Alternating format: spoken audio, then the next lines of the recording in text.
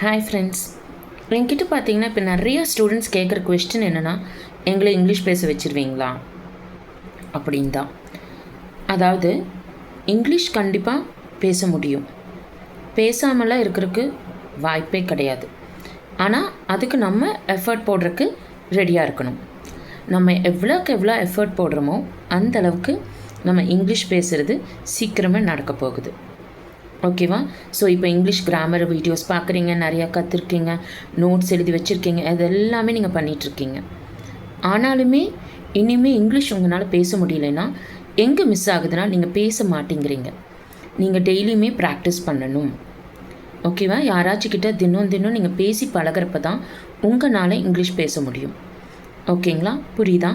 So உங்களுக்கு live sessions தான் இதுக்கு கரெக்டாக இருக்கும்.